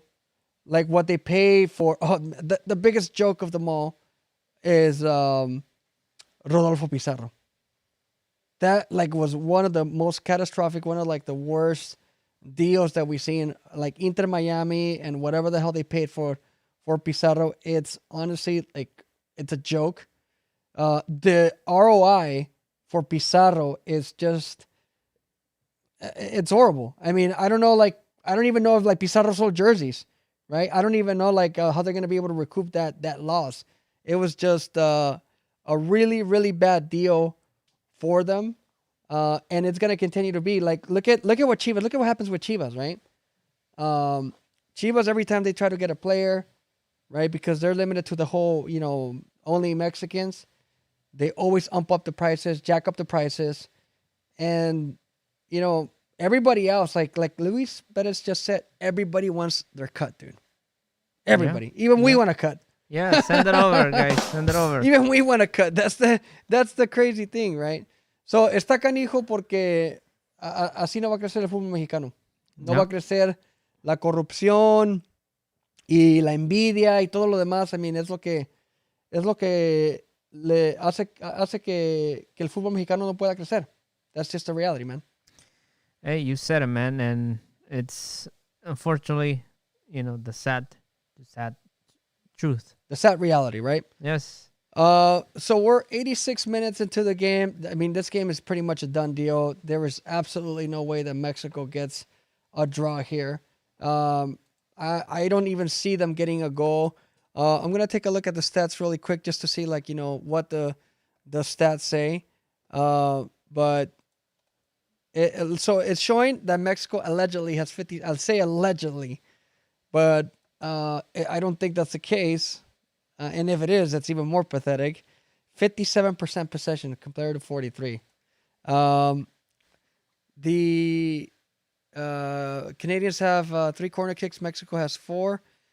2 and 2 saves. I think they're calling those churritos that Mexico had like saves, but I mean, hey, a save is a save, I suppose. And then I mentioned already possession. So Canada 7 shots, 4 of them on target. Mexico 4 shots, 2 of them on target. And that's what we're looking at in the statistics columns. Super Mojado, we're gonna be wrapping up pretty soon. Give me your thoughts, man. But before that, I want to say saludos a Ivan Garcia, el twin. for tuning in and watching this this watch party with us. This is not even a watch party. This is like a watch funeral. That's what this is, man. And it's funeral for Mexico. Look at this. Tata Martino, or right? maybe Tata Martino's. It's if you're a Mexican, this is not a party, man. So we apologize that we couldn't be el ¿cómo se llama? El granito de la the good token of good news. So I think we have Edwin back with us. Let me see if we can hear him. Edwin, can you hear us?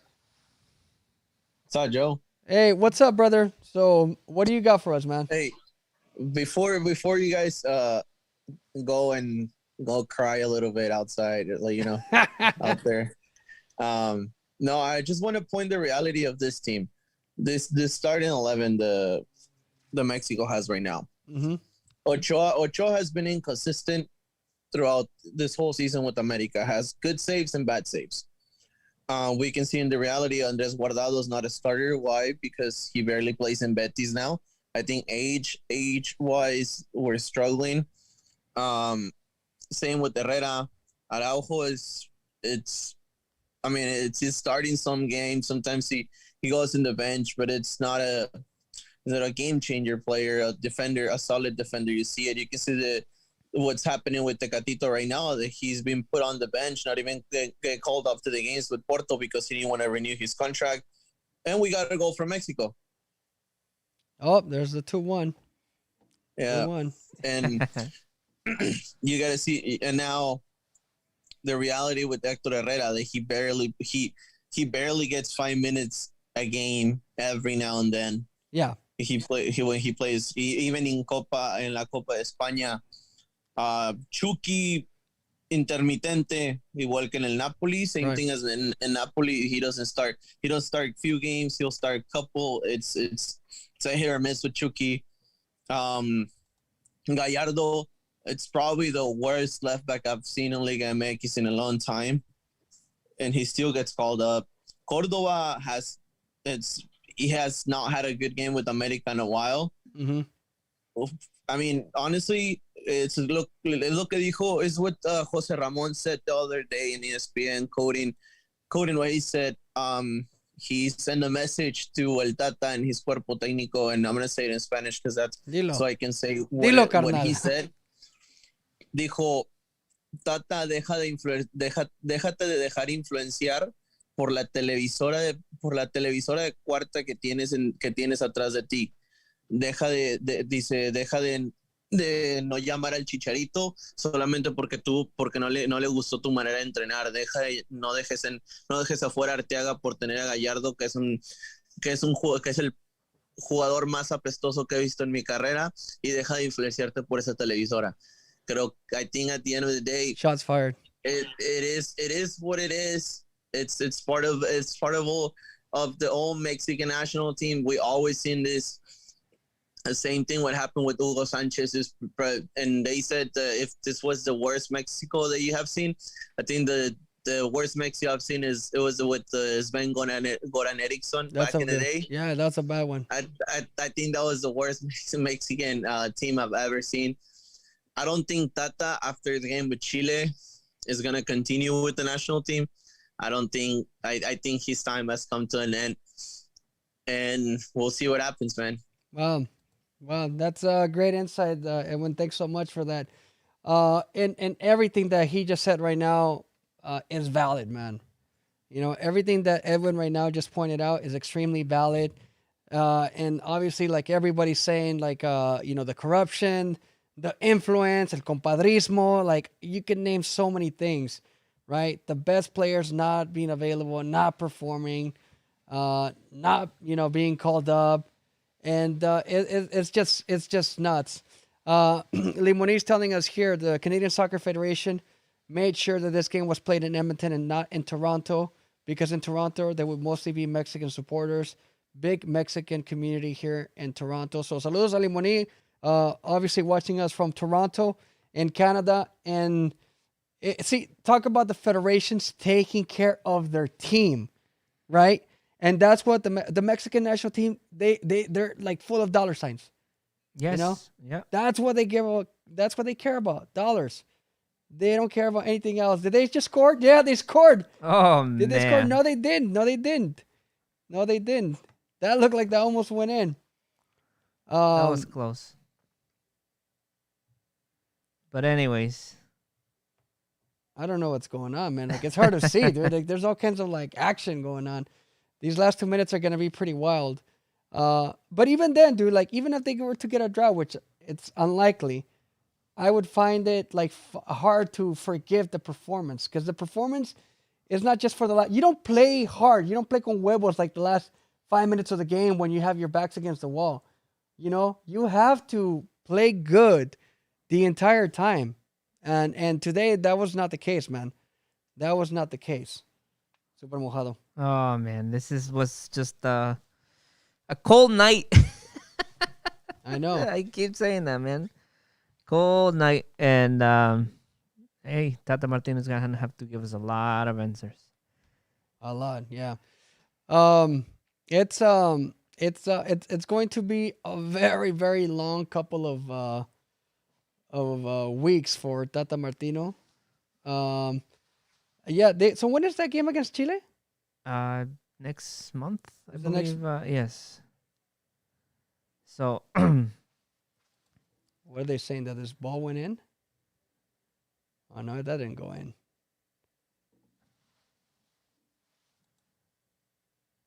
they're reviewing it. No, they're not reviewing. No, it. there's no review. There's no VAR. So we're watching right now. It's the last minute of the game right now. The last 30 seconds actually. And it looks like all of Mexico's like up front. But you know what? This goal is a big difference maker, right? Because essentially what ends up happening is that the ¿cómo se llama? goal differential. The goal differential, yes. Man, all right, that's pretty much it. That's gonna see how the deal looks like. Congratulations to Canada for doing, playing the game that they were supposed to play, playing a phenomenal job. It looks like we lost our clock here. I don't know what happened. We pretty much our clock hit the limit. Yeah, it didn't want to do anymore. Super Mojado. It was like, forget this. We're done. We're done. Yeah, so it was 2-1. 2-1 Canada. Well, in theory, no, actually, no, right? It's not full time yet. We're saying it's full time. It's on like seconds. That's pretty Matter of much. seconds. That's pretty much it. So that pretty much is going to do it also for us. Limoni saying that he hopes for a tie. Ahí está. He's a Mexican over there in Toronto. What happened here? Somebody got hurt really badly. It looks like. It's who's that? I can't even tell. Super. So start giving us your final thoughts of the game, of what's to come, what to expect soon. Well, this was what a lot of people were fearing, that we were gonna get a defeat against Canada. I think Tata's like the way he thought about this game. He thought about making a lot of changes, and he did. Unfortunately, it wasn't enough. It wasn't enough for the way that he tried to come into this game, and as there, what is it, like a brawl over there or what? No, there's this last minute but go ahead and continue. No, yeah, I just think, like I said, we'll see if La Federación has actually the balls to actually change the coach, and I don't know. I don't see it happening though. No, I see it very difficult for that to happen too. Really quick before we wrap up, we want to remind everybody to follow us on all of our social media platforms. So if you haven't subscribed to this channel, please subscribe to this YouTube channel. We also want to make sure that you follow us on Facebook, on Twitter, on Twitch, on Instagram. I don't know why we don't have the Instagram logo there. I just realized we don't have the Instagram logo on that little thing. I'm not calling out the producer. The producer is fabulous, but I'm just thinking. Oh, We want to give a man. big shout out to Limoni. He says thanks for this live stream. He really enjoyed it. We're glad that you guys got a chance to enjoy, watching us, doing this live stream. A big shout out to Super Mojado, Edwin Cáceres, Ramon, Chavez, and everybody who joined us. Even if it was just for a couple of minutes, it looks like they're getting into it in the middle of the field. Obviously, the tempers are very, very, very hot. If you're Mexico, that's already back-to-back defeats for you. If you're Canada, you're definitely enjoying this. So, we're going to wait and see. Let's look back really quick also at the calendar for Mexico's game coming up, because we're going to try to give another live stream soon for the World Cup qualifier. We're going to try to make it out there. So there, as you can see here, the calendar for the Mexican national team. So the next official game that they have, not counting a friendly, it's against Jamaica. Hey, maybe we might take a trip out to Jamaica, Super. We don't know. That'd be a nice little vacation. So that pretty much does it for us. My name is Joe Rodriguez. He is a Super Mojado. The next podcast that we have coming up is this Thursday, November 18. So they continue to fight there in Mexico. The Mexicans are like just being sore losers right now. We don't like that. Join us this Thursday. We're going to bring back Hugo Bernal. We're going to bring back Fernando, Super. And we pretty much are done for the night. Thank you very much all for joining us. On behalf of Super Mojado, our producer director, Jason Schwartz, I am Joe Rodriguez. We'll catch you next time. Yes, El Tri lost. Canada won. But we'll get him next time. Have a good night.